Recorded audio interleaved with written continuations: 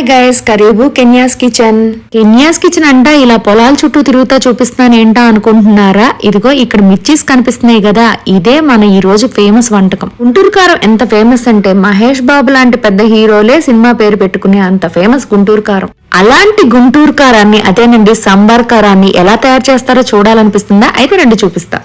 ఈ రోజు మా అత్తయ్య గుంటూరు సాంబార్ కారం ఎలా కొట్టాలో చూపిస్తాను అంటున్నారు. చూద్దాం రండి. ముందుగా అయితే ఎండుమిరపకాయలు తీసుకోవాలి. గుంటూరు వాళ్ళు సాంబార్ కారం అని చేస్తారండి, గుంటూరు సైడ్ చాలా మంది.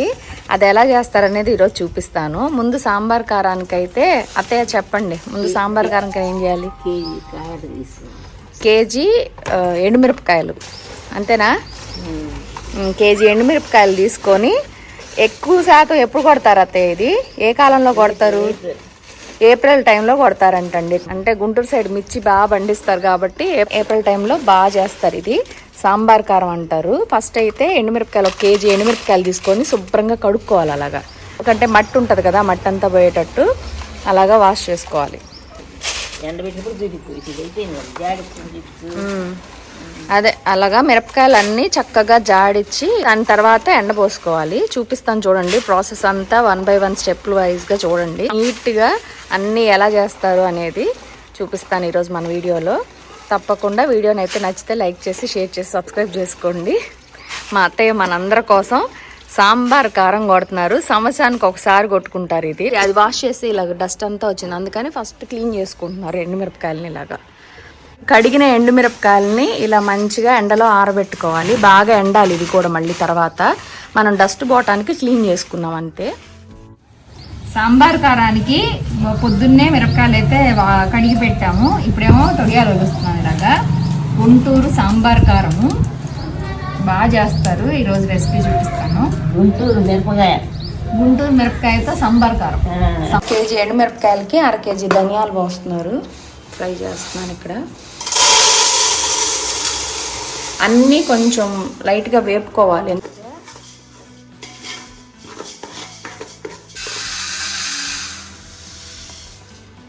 150 grams జీలకర్ర, అది కూడా కొంచెం ఫ్రై చేసుకోవాలి.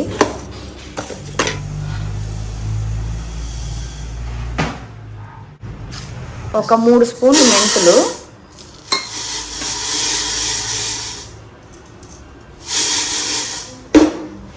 పెద్ద గిన్నె ఎండబెట్టిన కరివేపాకు, కడిగి ఆరబోసి ఎండబెట్టిన కరివేపాకు, కడిగి ఆరబోసి తొడియాలు తీసిన 1 కేజీ మిరపకాయలని 2 రోజులు ఎండబెట్టి దాని తర్వాత ఇదిగో ఇలా వేపుకోవాలి.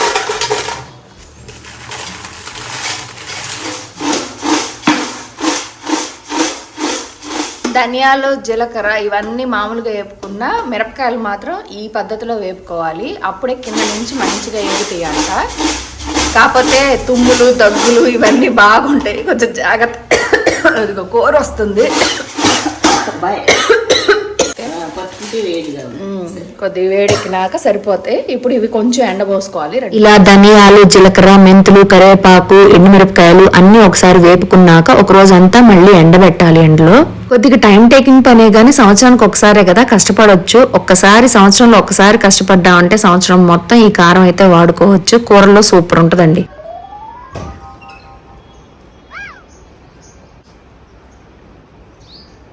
వేపుకున్న అన్ని ఇలా తీసుకొచ్చి ఎండలో ఆరబెట్టుకుంటున్నానండి. కొద్దిగా ఎండలో ఆరినాక మిషన్కి పంపించాను. కారాన్ని మిషన్కి తీసుకెళ్లే ముందు చిన్నులపాయలు ఒలుచుకుంటున్నాను. పూర్తిగా పొట్టు అయితే వలవాల్సిన అవసరం లేదు. ఒక 1/4 కిలో చిన్నులపాయలు తీసుకున్నా. సాంబార్ కారానికి మనం ఇంట్లో చేయాల్సిన ప్రాసెస్ అంతా అయిపోయింది. ఇక మిల్లు దగ్గరికి వెళ్ళాలి. మా చిన్నమామ ఎలాగో వెళ్తున్నారు కదా అని చెప్పి ఆయనకి ఇచ్చి పంపిస్తున్నాం. ఆయన వెనక మేము కూడా నడుచుకుంటూ వెళ్తున్నాం. మీకు కూడా మిల్లు చూపిస్తారండి. మామయ్యతో కారంకి అయితే పంపించాము. ఇదిగో అత్త వాళ్ళు నడిచి మళ్ళీ మిషన్ దగ్గర మిల్లు దగ్గరికి వెళ్తున్నాం. మిల్లు దగ్గర ఊరు ఇది. మా ఊర్లో రామాలయం ఇది. పెళ్ళైన కొత్తలో ఇక్కడికి వచ్చి భజనలు చేసేవాళ్ళు. మా ఊరు రామాలయం. పని అయిందా?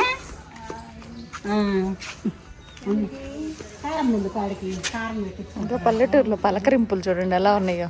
నడుచుకుంటా ఊళ్ళో వాళ్ళందరినీ పలకరించుకుంటా మిల్లు దగ్గరికి అయితే వచ్చేసాం. మిల్లు దగ్గర కూర్చొని అక్కడ మన కారం కంటే ముందు వేరే వాళ్ళు ఇచ్చారు, వాళ్ళ కారం కొడుతున్నారు. ముందు వాళ్ళు అయితే చాలా ఎక్కువ కారం కొట్టించుకున్నారు. అది అయిపోయినాక ఒక చిన్న గ్యాప్ తీసుకొని మన కారం అయితే స్టార్ట్ చేశారు. ఇక్కడ రోకలతో మీకు ఒక మిషన్ కనిపిస్తుంది కదా, అదైతే సంబార్ కారం కొట్టే మిషన్ అండి, పక్కది గొడ్డు కారం కొట్టే మిషన్. అక్క ఇప్పుడు ఈ మిరపకాయలు వేసి మసాలా వేస్తారా?